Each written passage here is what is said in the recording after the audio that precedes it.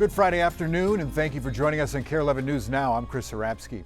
Breaking this afternoon, a lifeline for the struggling North Memorial Hospital. It is merging with South Dakota-based Sanford Health. According to the deal, which Sanford announced today, the hospital system will invest $600 million in services in the Twin Cities. That money could save North Memorial's main hospital in Robbinsdale, where just last year the CEO said they may have to cut services and maybe even shut down. This deal still needs to be approved by the state and federal regulators.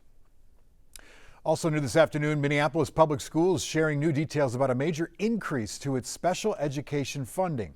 The district says it has more than $10 million in funding for special education for this school year and the next school year. They didn't realize that because of what they are calling a coding and billing error, where certain items were not submitted to the state correctly. This topic may be very technical in nature, but the real impact is clear, and that's something that we're very excited about. By adding the equivalent of about 100 full-time positions, we are reducing the uncertainty for our families and ensuring that our students have the supports and resources they need and deserve. Usually mistakes are bad. This would be chalked up as a good one. District leaders say they're still paying about $30 million over the next 2 years, school years that is, for special education. MPS Superintendent Dr. Lisa Sales Adams says the extra cash coming in is helping get more money to schools across the district.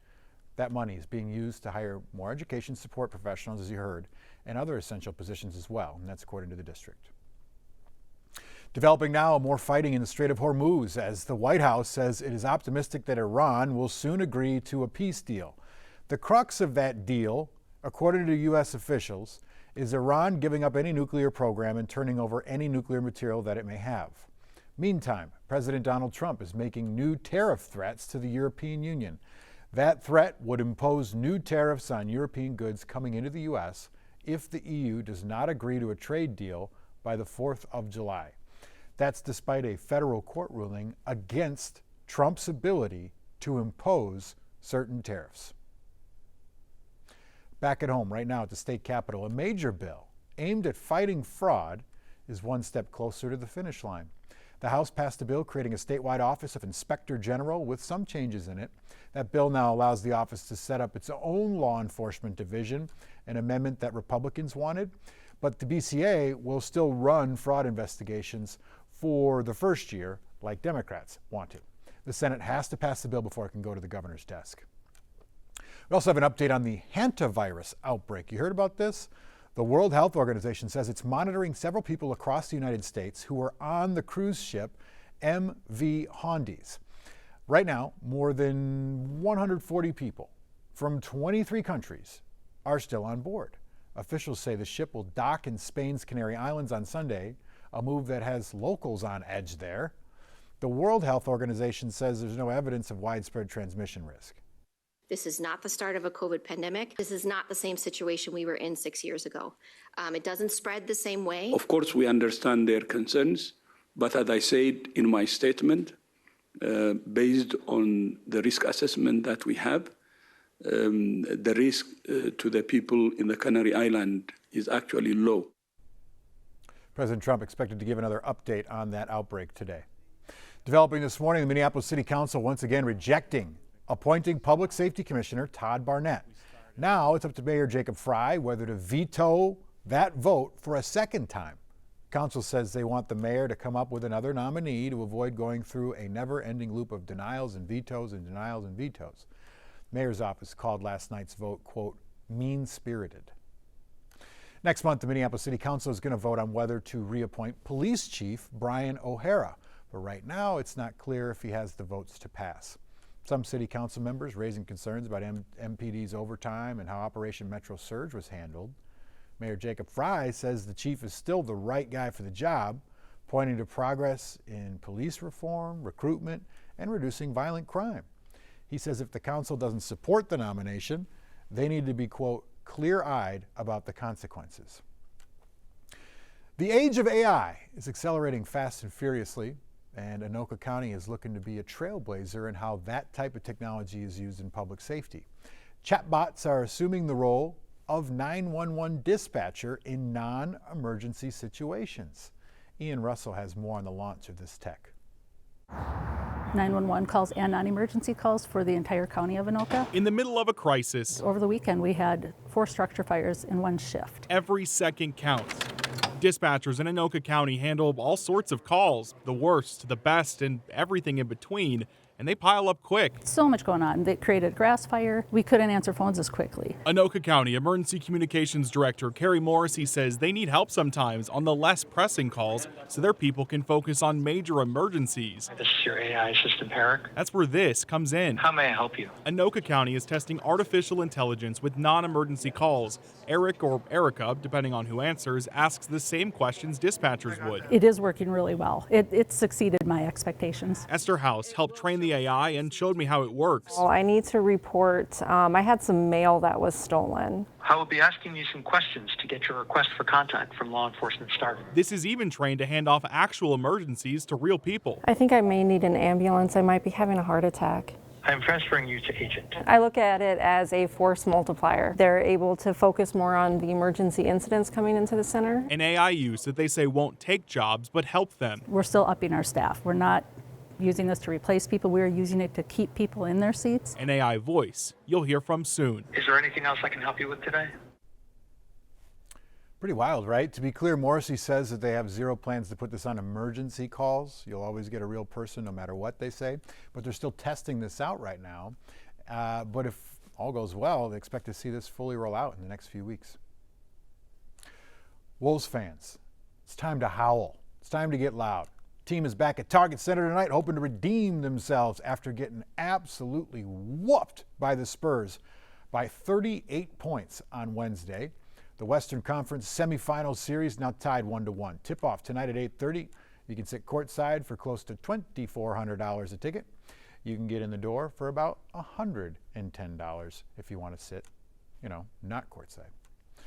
Also struggling to seal the deal, the Minnesota Wild. Here they are prepping for the game 3 at home against Colorado Avalanche. That's on Saturday night, 8 p.m. They're down 2-0 in the series right now. So a loss on Saturday would make a game 4 a must-win. Their last matchup, by the way, captivated more than 2 million viewers. According to ESPN, it became the second most viewed second-round Game 2 matchup ever on cable. Interesting. Well, the unofficial start of summer. The Governor's Fishing Opener is happening tomorrow, and for the first time ever, it is being held on the St. Croix River in Stillwater. The opener's been on Minnesota tradition since 1948, helping kick off the summer tourism season and highlighting just how important fishing is to the state's economy and the state's culture. The DNR says more than 500,000 anglers are expected to take part across Minnesota this weekend. They also have a few pointers for those heading out on the water.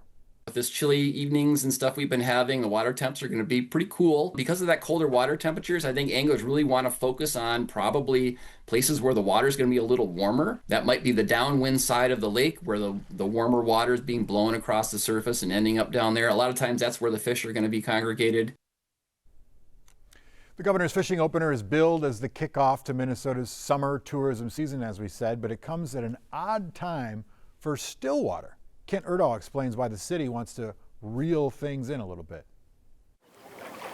Whether or not the fish are biting on the St. Croix this weekend, Stillwater is sure to be swimming with visitors. It's the first time we've ever hosted the fishing opener. So yeah, we're really excited about it. But Mayor Ted Kozlowski knows some residents don't share the same level of enthusiasm. I usually come around this time because it's less dead and just more enjoyable. To be clear, Savtow loves visiting downtown, but as the weather heats up, so does competition for parking and sidewalk space. I wish the events were more spread out for us. I would love to just enjoy an event down here where I live close by, but it's been kind of driving me out. I've been kind of disinterested. I think it's starting to feel like a lot. Kozlowski says that's why the city is now taking a look at whether to limit how many new events join the summer staples. Lumberjack Days, Harvest Fest, an art festival. We have car show during the week. We've got Summer Tuesdays. Most of the events we do are geared toward our local community. It just so happens they're awesome, and we get a lot of other people that that want to come join in on the fun. But it's not just the events themselves that are bringing in more people. We get 250 to 300,000 people using that trail every year. There's just a lot more people, enjoying downtown Stillwater. We also opened 2 hotels around that time, and so I would say our traffic nearly doubled since 2020. Kelly Nygaard is president of Discover Stillwater. We're known for events, which has started focusing on trying to spread that traffic around all year,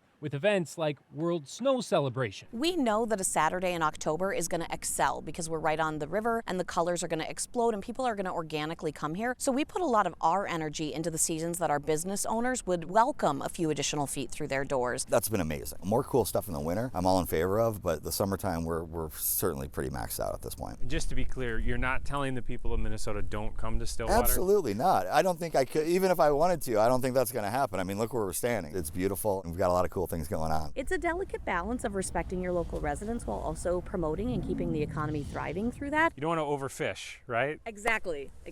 Conservation, right? You have to keep the fish stocked appropriately and make sure you're not overutilizing that resource. And that's why we have such great partnerships throughout the community. I'm sure Wisconsin's like, come on over here, we'll take it. Today actually marks 1 year of Pope Leo, the leader of the Catholic Church, is the first ever Pope from America. Pope Leo recently making headlines for speaking out against the war in Iran and how the U.S. is handling that conflict. A close friend of the Pope says in the year that he has led the church, not much has changed about the man. Stick with us. More news and weather coming up after the break.